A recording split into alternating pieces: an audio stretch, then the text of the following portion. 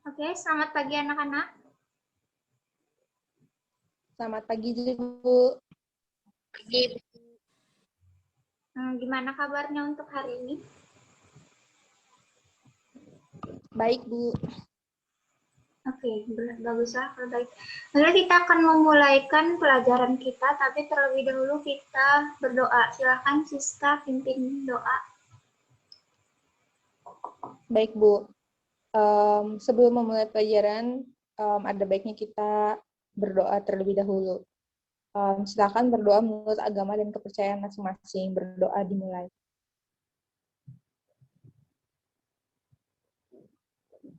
Berdoa selesai.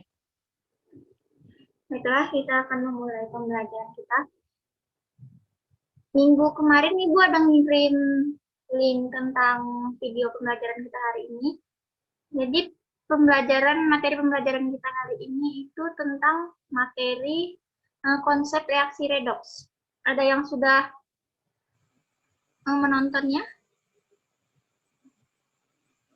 Belum, Bu. Belum, Bu. Nanti ditonton ya.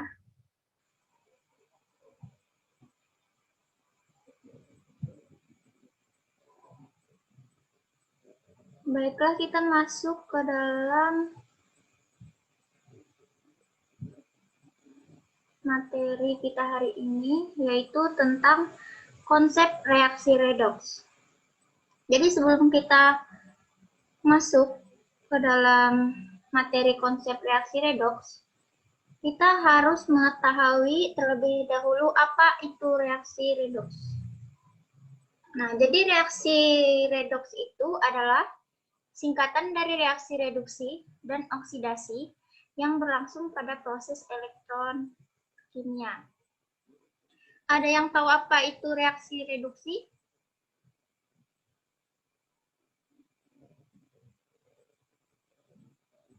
Mungkin Siska tahu apa itu reaksi reduksi?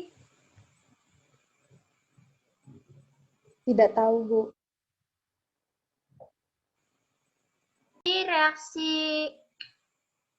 reduksi itu adalah reaksi yang mengalami penurunan bilangan oksidasi dan kenaikan elektronnya.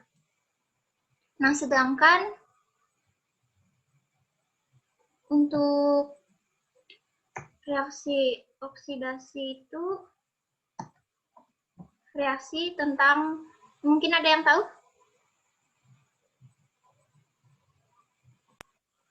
Saya, Bu. Ya, silahkan Siska. Jadi reaksi oksidasi itu adalah reaksi yang mengalami peningkatan bilangan oksidasi dan penurunan elektron, Bu. Ya, benar. Jadi itu pengertian dari reaksi oksidasi. Baiklah, sekarang kita masuk ke dalam konsep reaksi redoks. Nah, konsep reaksi redoks itu ada 3 konsep. Yang pertama itu ada konsep reaksi redoks yang melibatkan oksigen. Yang kedua ada reaksi redoks yang melibatkan elektron. Dan yang ketiga ada reaksi redoks yang melibatkan biloks atau bilangan oksidasi. Nah, untuk yang pertama, konsep reaksi redoks yang melibatkan oksigen. Nah, di situ sudah ada contoh dan sudah ada pengertiannya juga tentang reaksi reduksi dan oksidasi yang melibatkan oksigen. Nah, untuk reaksi reduksi itu ada contoh tentang reaksi penguraian oksida rasa. Dapat kita perhatikan pada persamaan penguraian oksidasi rasa pada gambar ini, yaitu HGO-nya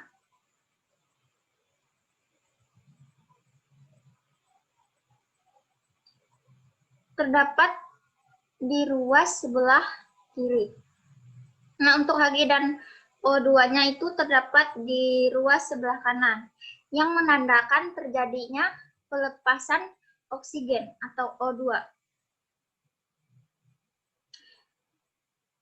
Karena terjadi pelepasan oksigen, maka reaksi ini disebutkan reaksi reduksi. Nah, untuk selanjutnya ada reaksi contoh reaksi oksidasi yang melibatkan oksigen. Nah, di situ ada contoh reaksi pembentukan tembaga oksida.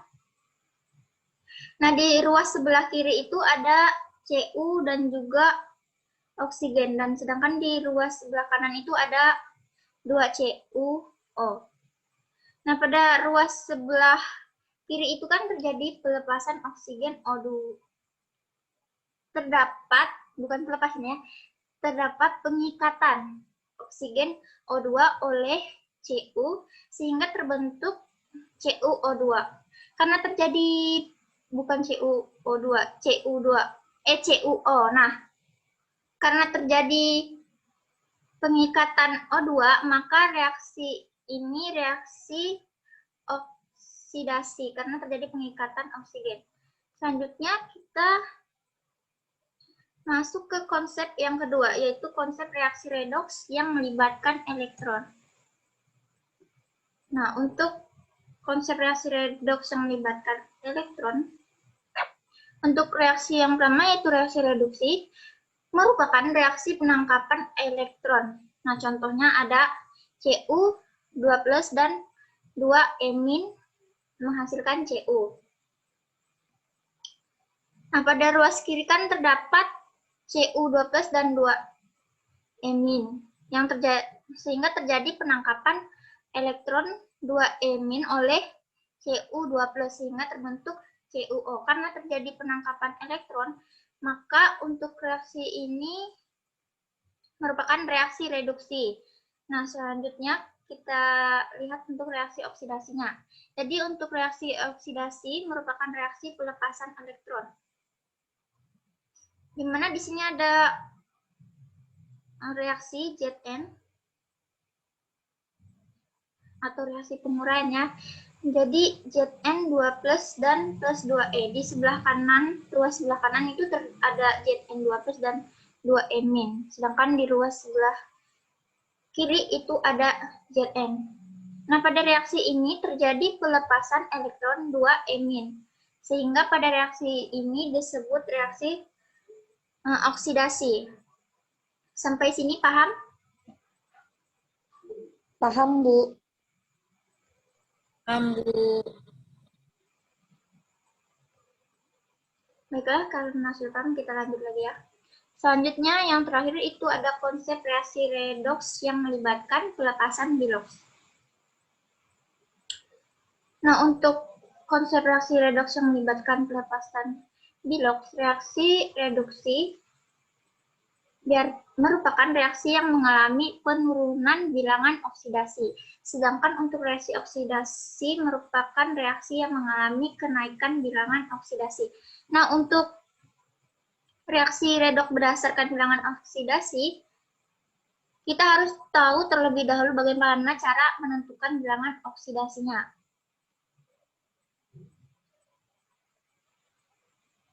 Nah, setelah kita tahu cara menentukan biloksnya, maka kita bisa mencari penurunan dan juga kenaikan dari bilangan oksidasi tersebut. Sampai di sini paham?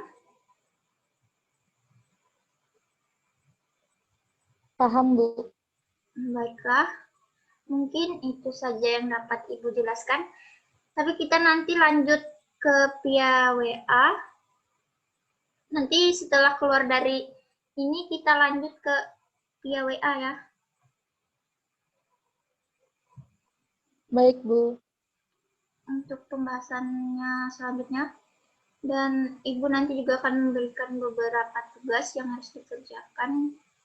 Jadi kita biar tidak terlalu banyak memakan data kalian untuk melakukan Zoom. Jadi kita lanjutkan via WA saja ya. Iya, Bu. Baik. Oke, baiklah. Nah, cukup sekian. Nah, selamat pagi. Pagi, Bu.